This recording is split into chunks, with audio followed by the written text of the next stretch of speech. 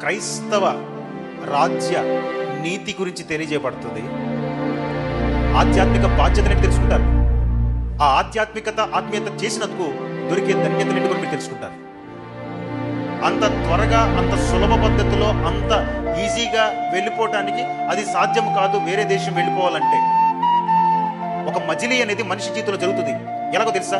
ఒక చావు ద్వారా మనిషి శరీరాన్ని ఇక్కడ విడిచిపెట్టి ఆత్మతో మహిమా దేహమును సంతరించుకుని పరలోక రాజ్యంలో చేరబోతాడు. అతను శాశ్వతము, యుగ యుగాలు ఉండే చోటు అయిన పరలోక రాజ్యముకు వెళ్ళటానికి చాలా ఉందండో.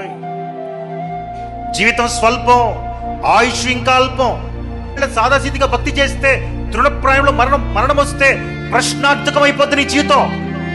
రేపు దేవుడు నిన్ను అడిగేది, రక్షణ పొందుకున్నావా, సత్యాన్ని అంగీకరించావా, బాప్తిసం తీసుకున్నావా, మారు మనసు పొందావా? జీవ గ్రంథములో నీ పేరు లిఖించబడితే నీకు దొరికే ప్రతిఫలాలు ఇవి.